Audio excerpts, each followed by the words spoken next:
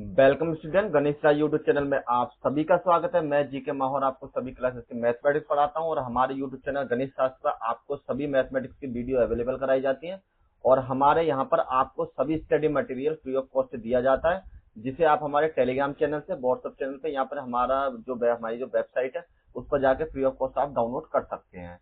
तो देखिए, आज हम क्लास 10th के लिए न्यू लेक्चर स्टार्ट करने वाले हैं, जिसका नाम है लेक्चर नंबर फर्स्ट और इस चैप्टर का नाम है आपका निर्देशांक ज्यामिति, या फिर हम इंग्लिश में कह देते हैं इसको कोऑर्डिनेट ज्योमेट्री। तो इसके थ्रू देखिए, ये सबसे पहले तो आप 9th में ही पढ़ चुके हैं चैप्टर, लेकिन उससे थोड़ा सा अगला स्टेप आज हम 10th क्लास में पढ़ेंगे। और 9th क्लास में तो हमने केवल बेसिक चीजें जानी थी, उसके बाद यहाँ पर 10th क्लास में हम इसके रिलेटेड क्वेश्चन है काफी सारे, उन्हें भी सॉल्व करेंगे। और आपको इसमें से कम 2 से 3 क्वेश्चन आपके एग्जाम में जरूर मिल जाते हैं पूरे कोऑर्डिनेट ज्योमेट्री में से, जिसमें आपको 1-2 तो लॉन्ग क्वेश्चन मिलता है और कुछ आपको शॉर्ट क्वेश्चन मिल जाते हैं और एक आध क्वेश्चन आपका विकल्प में मिल जाता है। मतलब 3 से 4 क्वेश्चन इस एक्सरसाइज में से पक्के हैं। तो अगर आप चाहते हैं कि 3 से 4 क्वेश्चन आप अपने पक्के करने चाहते हैं तो हमारे साथ वीडियो में बने रहें। और देखिए, सबसे पहले हम इसमें जो इसका इंट्रोडक्शन वीडियो है हमारी, जिसमें हम इससे रिलेटेड जो भी आपके फॉर्मूले वगैरह है सबको डिस्कस करेंगे और किस तरीके से आपका प्लेन होता है, किस तरीके से उसके एक्सिस होते हैं, सब चीज को बताऊंगा मैं आपको विद डिटेल में। तो वीडियो के साथ अंत तक बने रहे, ठीक है। और इसके बाद ही हम इसके क्वेश्चन सॉल्व करेंगे। तो चलिए देने लगाते हुए लेक्चर 1 स्टार्ट करते हैं। तो हम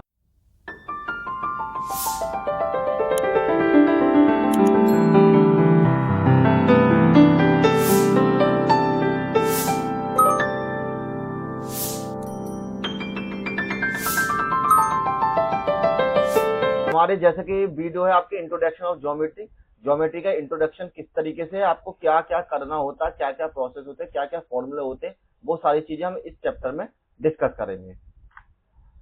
तो देखिए, सबसे पहले आपको समझना होगा कार्यतल होता क्या है। मतलब कार्यतल का मतलब आपका एक्सिस बोलते हैं इसको, ठीक है।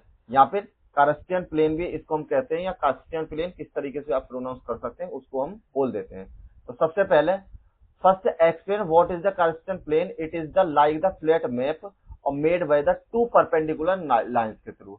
आपकी 2 परपेंडिकुलर लाइंस होती हैं, जैसे कि एक एक्स एक्सिस और एक वाई एक्सिस, जिस तरीके से एक दूसरे पर काटती हुई, जिसमें द वर्टेक्स जो ओरिजेंटल लाइन होती है, मतलब कि जो आपकी क्षैतिज लाइन होती है, उसको सर एक्स एक्सिस, क्षैतिज का मतलब जानते हैं, जो कि आपकी इस तरीके से लेटी हुई लाइन होती है, ठीक है। और जो आपकी वर्टिकल होती है, मतलब कि ऊर्ध्वाधर खड़ी हुई होती है, और उसको हम क्या बोलते हैं, बाई एक्सिस बोल देते हैं। जैसा कि आप चित्र में देख सकते हैं, ये आपका एक्स एक्सिस है, ये आपका एक्स का नेगेटिव है, इधर एक्स की पॉजिटिव वैल्यूज होती हैं, इधर एक्स की नेगेटिव वैल्यूज होती हैं, ऊपर आपकी वाई की पॉजिटिव वैल्यूज होती हैं। अब यहां पर होता है आपका वाई का नेगेटिव चार्जेस। तो आपको केवल प्लस और माइनस पर ध्यान देना है। और देखिए, अगर आप प्लस और माइनस आपको नहीं पता है तो आपका जो ग्राफ है वो बिल्कुल गलत हो जाए, क्योंकि एक्सिस में जो पॉइंट है वो आपको ध्यान रखने कि हमेशा आपको एक्स एक्सिस किधर आएगा और आपका वाई एक्सिस किधर आएगा, और प्लस के किधर है और आपका माइनस के किधर है, ठीक है। मतलब ओरिजेंटल एंड वर्टिकल्स और जो आपके वर्टिक्स हैं, जो भी आपको ध्यान में जरूर रखने हैं। अब नेक्स्ट में देखिए, the point where they intersect, मतलब क्रॉस करते हैं जहां पर, इज कॉल्ड ओरिजिन। जैसे कि आपको यहाँ पर 0,0 दिखाई दे रहा होगा, ये दोनों लाइंस जहां पर एक दूसरे को काटेंगी वहां पर आपका ओरिजिन होता है, जिसको हिंदी में आप मूल बिंदु कहते हैं। और इसके हमेशा जो वर्टेक्स मतलब निर्देशांक है वो हमेशा 0,0 के फॉर्म में ही आपके होते हैं। तो these axis divide the plane into the 4 parts. और उसको देखिए, ये जो एक्सिस है आपको इसको 4 पार्ट में डिवाइड करते हैं, जैसे कि first part, second part, third part और यहां पर आपका फोर्थ पार्ट। तो इन 4 पार्टों में जो डिवाइड करते हैं इसको आप बोलते हैं क्वाड्रेंट, या फिर इसको बोलते हैं चतुर्थांश। तो क्वाड्रेंट में क्या आपका ये होता है, देखिए एक चीज और खासियत होती है इसकी, एक चीज और बता देता हूं। जैसे यहां पर प्लस था, ये भी आपका प्लस था, ये आपका माइनस था और ये भी आपका माइनस था। तो आपके पास जो हमेशा वर्टेक्स लिखते हैं, पहले एक्स वाला पॉइंट लिखेंगे, फिर लिखेंगे वाई वाला पॉइंट। तो कहने का मतलब है, यहां पर एक्स का भी प्लस है और वाई का भी प्लस हो जाएगा। यहां पर x का तो माइनस है लेकिन y का प्लस हो जाए, क्योंकि x का माइनस यहां से और y का प्लस यहां से, ठीक।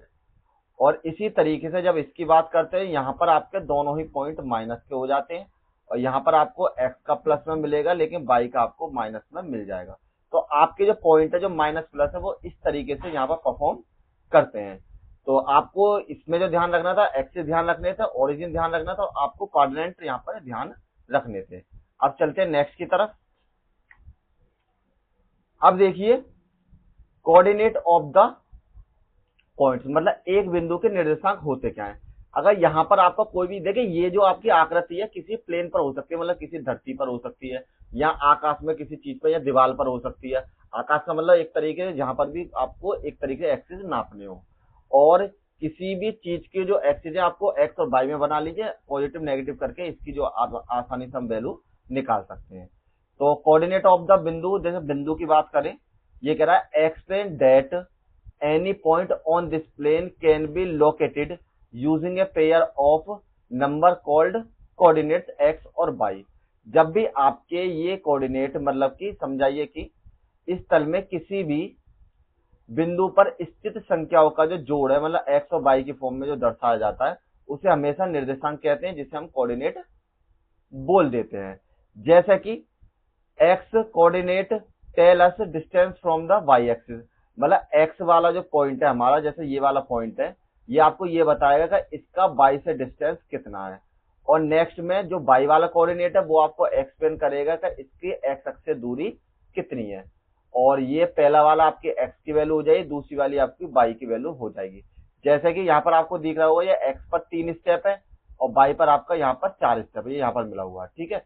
तो ये आपकी जो दूरी है वो 4 मतलब 3,4 हो जाएगी। पहले आपको x की वैल्यू लिखनी है और फिर आपको लिखनी है y की वैल्यू। अगर ये माइनस में होते तो आप माइनस में इधर उधर यहाँ पर पॉइंट कर सकते थे, ठीक है। तो आपके जो मेन मतलब बात क्या है कि आपके जो पॉइंट है वो इस तरीके से आपको डिनोटेड करने होते हैं। उदाहरण के लिए जैसे कि आपको 3,4 को दर्शाने के लिए x पर आपको 3 इकाई चलते हैं और y पर आप 4 चल सकते हैं। जैसे 3 स्टेप इस पर चल दिए और 4 स्टेप आप इस तरफ पर मूव कर दिए, तो ये आपके एक्सिस का कोऑर्डिनेट दिखाए जाते हैं। नेक्स्ट पर चलते हैं।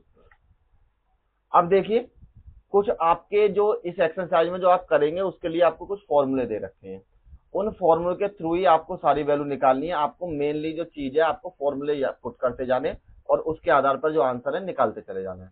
तो सबसे पहले आपको जो फॉर्मूला मिलेगा द डिस्टेंस फॉर्मूला, जिसे बोलते हैं दूरी का सूत्र। और ये किस लिए होगा, to find the distance between any 2 point on the plane. अगर आपको किसी भी प्लेन पर 2 पॉइंट दे रखे हैं तो उनके बीच की दूरी ज्ञात करने के लिए इस फॉर्मूले का यूज करते हैं, जिसमें जैसे कि आपको चित्र में दे रखा होगा, अगर आपको O से लेकर के इसकी दूरी, मतलब एक तरीके O की जगह इसे मान लो A और इसे मान लो B के बराबर, ठीक है। जैसे कि मैंने यहाँ पर A और B आपके पॉइंट रख रखे हैं। अगर आपको इस लाइन का डिस्टेंस निकालना है, क्या इस लाइन का जो डिस्टेंस है वो आपके पास कितना है, ये वाला डिस्टेंस, मतलब कितनी मीटर लंबी है या कितने सेंटीमीटर लंबी है, जो भी आपको नापना हो, तो उसके लिए आपको सूत्र लगाना पड़ता है। सबसे पहले वाले कोऑर्डिनेट आपको x1 y1 मानने होते हैं। देखिए यहाँ पर मैंने कोऑर्डिनेट 0 और 0 ले रखे हैं, यहाँ पर 3 और 4 ले रखे हैं। आपके कोऑर्डिनेट वो लेने जो भी आपको क्वेश्चन में लिख कर दे, ठीक। जब भी आपको एक मतलब एक कोने के निर्देशांक आपको x1 y1 दे रखे हैं, दूसरे कोने निर्देशांक आपको x2 और y2 दे रखे हैं, तो आपको फॉर्मूला लगाना है AB बराबर x2 माइनस के x1 का होल स्क्वायर प्लस में y2 माइनस के y1 का होल स्क्वायर के बराबर, और उस पूरे को अंडर रूट में आपको सेपरेट लिख देना और दोनों का एडिशन जरूर करना है।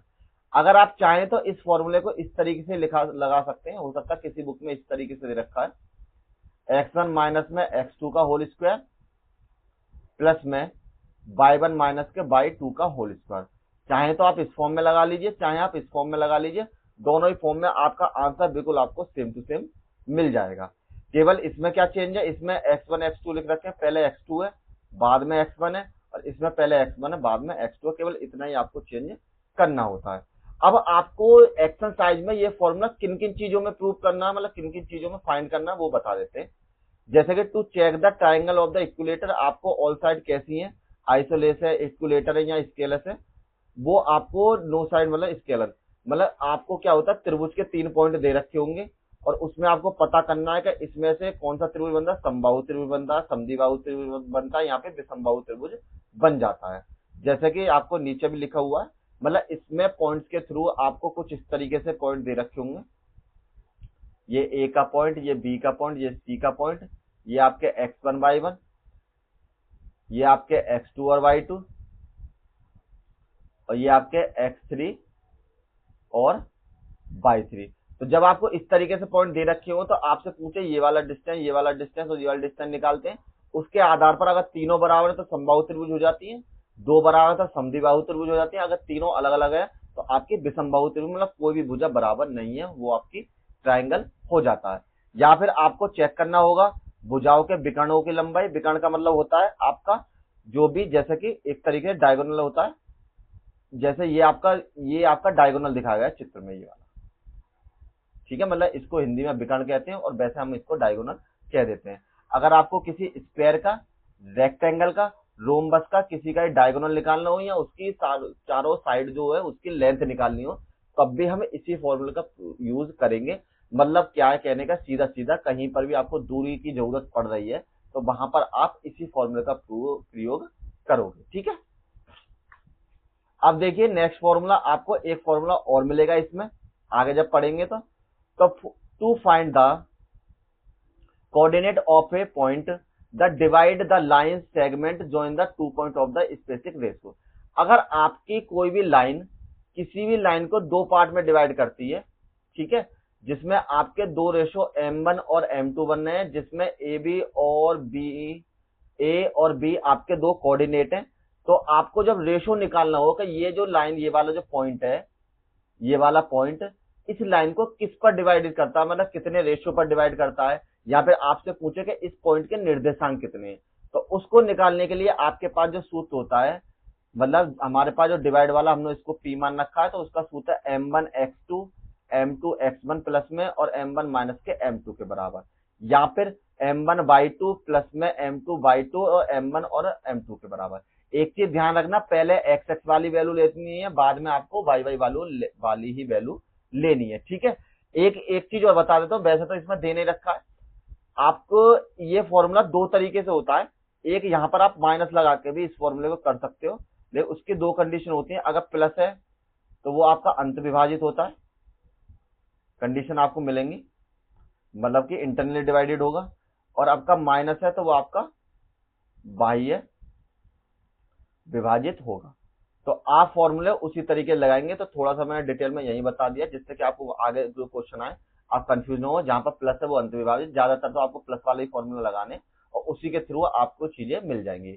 अब एक छोटा सा इसमें एक स्पेशल केस और है, जैसे कि अगर मान लीजिए आपको ये दे रखा है कि P और Q कोई मिड पॉइंट है, मतलब कि M की वैल्यू भी 1 है और M2 की वैल्यू भी 1 है, मतलब ये इस रेखा को जो पॉइंट है बिल्कुल बराबर बराबर भागों में, मान लीजिए यहां से लेके यहां तक की वैल्यू आपकी 4 थी, तो इसने इसको 2 में और 2 में काटा, तो इसका मतलब ये वैल्यू आपकी बराबर होगी। तो उस कंडीशन में आपको केवल मिड पॉइंट बन जाता है फिर ये आपका, क्योंकि इतनी ही दूरी इधर है आपकी और इतनी ही दूरी इधर है, तो ये वाला जो पॉइंट है आपका मिड पॉइंट बन जाएगा। और जब ये मिड पॉइंट बन जाएगा तो आप इसमें m1 और m2 की वैल्यू सेम लगाकर जब करते हैं तो इससे कैंसिल हो जाते हैं। तो इसलिए आप उसमें फॉर्मूला कौन सा लगा सकते हैं, x1 प्लस में x2 बटे 2, y1 प्लस में y2 बटे 2 के बराबर, जिसमें आपको m1 की वैल्यू 1 मानी जाती है, m2 की वैल्यू भी 1 मानी जाती है। अगर इसी फॉर्मूले में m1 और m2 1 मान लो तो आपका सिंपली इजी में ये फॉर्मूला आपका बन जाता है। तो आपको केवल इतना ध्यान रखना, अगर किसी के मध्य बिंदु बनना हो तब तो आपको m1 और m2 मानने, और अगर किसी में आपको रेशो बनना हो 2 या 3 का, मतलब m की वैल्यू अगर आपके पास है 2 के बराबर, m2 की वैल्यू आपके पास 4 के बराबर, तो आपका फॉर्मूला इस तरीके से लगेगा m1 और m2 के बराबर। ये भी हो सकता है आपकी बुक में जो ये फॉर्मूला है वो इस तरीके से दे रखा हो किसी बुक में कि m1 mx1 प्लस में n x2 mx1 प्लस में n x2 और m प्लस में n के बराबर। तो आप ये ध्यान रखें m और n की फॉर्म में भी दे सकता है इसको m1 और m2। वैसे तो आपकी 10th क्लास की जो बुक है एनसीईआरटी उसमें m1 और m2 की फॉर्म में दे रखा है, लेकिन आगे जब आप पढ़ेंगे तो इस फॉर्मूले को m और n की फॉर्म में भी आप इसको पढ़ेंगे, ठीक है। तो इससे क्लियर हो गया सब कुछ। तो अगर आपको कोई डाउट है इसमें तो इसमें से क्वेश्चन आप पूछ सकते हैं, मैं आपको दोबारा से बता दूंगा एक्सप्लेन करके, ठीक है। नेक्स्ट में चलते हैं। अब आपको जो सबसे इंपॉर्टेंट क्वेश्चन है वो आपका इस तरीके का, और यही क्वेश्चन आपका एग्जाम में इस तरीके का देखने के लिए मिल जाता है क्या अगर आपको किसी भी area of triangle when the coordinate of its the vertex are given, जब भी आपके इसके केंद्र के निर्देशांक दे रखे हैं, मतलब इनके पॉइंट के शीर्ष के निर्देशांक, तो हमेशा आपको त्रिभुज का एरिया जो निकालना होता है 1/2 x1 बाई 2 माइनस के बाई 3 और x2 बाई 3 माइनस के बाई 1 और x3 बाई 1 माइनस के बाई 2, इस फॉर्म में आपको हमेशा ये कैलकुलेट करके निकालना होता है। तो इसमें क्या होता है, जैसे कि आपको चित्र में दिखाई दे रखा है, ए पॉइंट ये है हमारे पास, बी पॉइंट यहाँ पर दे रखा है, सी पॉइंट यहाँ पर दे रखा है। आपको इसका एरिया निकालना है, मतलब कि ये प्लेन पर कितनी जगह घेरेगा। एरिया का मतलब ये होता है आपको, अगर आपको एरिया वॉल्यूम वगैरह ये चीज समझ में नहीं आती है तो हमारे इसी यूट्यूब चैनल पर गणित शास्त्र के नाम से आपको एक वीडियो बताई है मैंने, जिसमें आपको सब कुछ एक्सप्लेन किया है डिटेल में कि किस तरीके से आप एरिया वॉल्यूम या किसको आइडेंटिफाई कर सकते हैं। 9th क्लास की वीडियो है, क्योंकि ये बेस स्ट्रॉन्ग नहीं होता है इसलिए मैंने ये स्पेशल वीडियो बना रखी है, और मैं डिस्क्रिप्शन में लिंक डाल दूंगा, उसके थ्रू आप वहां पर जाकर वीडियो देख लीजिए अगर आपको इन चीजों में कंफ्यूजन है। ठीक है, तो लौट कर आते हैं। तो आपको जो फॉर्मूला लगाना था वो एरिया वाला ये वाला लगाना था। ठीक है, ये ध्यान रखें। अब 3 पॉइंट होने चाहिए आपके। सबसे पहले एक चीज और देखिए, ये जो आपका बार है इसका मतलब ये है कि निरपेक्ष मान की वैल्यू लेते हैं जिसमें आपको ऋणात्मक नहीं हो सकता। ये फॉर्मूला आपका हमेशा बार के फॉर्म में होगा, बार की में, या फिर आप मान लीजिए मॉडुलस के फॉर्म में। इसका मतलब ये है कि आपका जो एरिया है, चाहे पॉइंट आपके नेगेटिव पॉजिटिव हो सकते हैं, लेकिन आपका जो एरिया लास्ट में निकल के आएगा वो हमेशा आपका पॉजिटिव ही होना चाहिए। क्यों? क्योंकि अगर मान लो कोई चीज जमीन पर या आपकी कोई स्थान घेरती है तो उसका मेजरमेंट आपका जरूर होगा, और मेजरमेंट आपका ऑलवेज प्लस में होगा, माइनस में मेजरमेंट कभी नहीं होगा उस वाली वैल्यू का। तो इसीलिए हम यहाँ पर मॉड लगा देते हैं, जिससे कि आपका कोई भी एरिया निकल के आए वो हमेशा पॉजिटिव में निकल के आए। अगर आपको किसी आंसर में माइनस में निकल के आता है तो उसको आप ऑटोमेटिक या प्लस में बदल दीजिए, क्योंकि आप लिख सकते हैं कि कोई भी क्षेत्रफल कभी भी ऋणात्मक नहीं हो सकता है, तो इसलिए क्षेत्रफल को फिर प्लस में आप बदल दीजिए। अब इसके कुछ आपके लिए इंपॉर्टेंट पॉइंट है, जैसे कि there point are the collinear. Collinear क्या होता है? जब भी आपके पॉइंट तीनों एक ही रेखा में स्थित हो तो वहां पर त्रिभुज बनेगा नहीं। अगर मान लीजिए इस तरीके से आपको पॉइंट दे रखे हैं सॉरी, इस तरीके से, तो ये आपके तीनों पॉइंट है एक ही तरीके से। अगर ये पॉइंट यहाँ होता तो त्रिभुज बन जाता, लेकिन जब ये यहाँ पर तो त्रिभुज नहीं बनेगा। तो जब भी आपके ये तीनों पॉइंट एक ही लाइन पर स्थित होते हैं तो वहां पर त्रिभुज नहीं बनता है। तो जब त्रिभुज ही नहीं बनेगा तो आपका जो एरिया होगा वो भी क्या हो जाएगा, शून्य के बराबर हो जाएगा। यही इसमें एक्सप्लेन कर रखा है, if there point are the collinear तो the area of triangle formed by the zero them the zero, उस कंडीशन में। और कैलकुलेट करने पे आपकी वैल्यू जीरो ही आनी चाहिए। तो संरेख वाले क्वेश्चन आपको मिलेंगे देखने के लिए, तो उसमें बिना सोचे समझे आप इस फॉर्मूले को पुट कर दीजिए। अगर आपकी वैल्यू जीरो के बराबर आ जाती है तो लिख देंगे पॉइंट हमारे संरेख हैं, अगर जीरो नहीं आते तो लिख देंगे आपके पॉइंट हमारे संरेख नहीं है। ठीक है, तो देखिए ये शॉर्ट लेक्चर था आपका, इंट्रोडक्शन वीडियो। सभी इंट्रोडक्शन के जो रिलेटेड थे, जो कि आपके लास्ट तक हम यूज करेंगे, वो सभी मैंने आपको एक्सप्लेन कर दिया है। और इसके अलावा जो नेक्स्ट वीडियो आएगी उसमें हम इससे रिलेटेड जो आपके क्वेश्चन है उनको सॉल्व करेंगे। तब तक के लिए आप इस वीडियो को देखिए और इसके पीडीएफ डाउनलोड कर लीजिए और उसको एक बार रिवाइज जरूर कर ले, जिससे कि आप नेक्स्ट क्वेश्चन देखें। हमारी नेक्स्ट वीडियो आएगी, जब तक आप उसको रिवाइज करके इजीली आप अंडरस्टैंड कर सकते हैं। तो thank you all of you, मिलेंगे नेक्स्ट वीडियो में।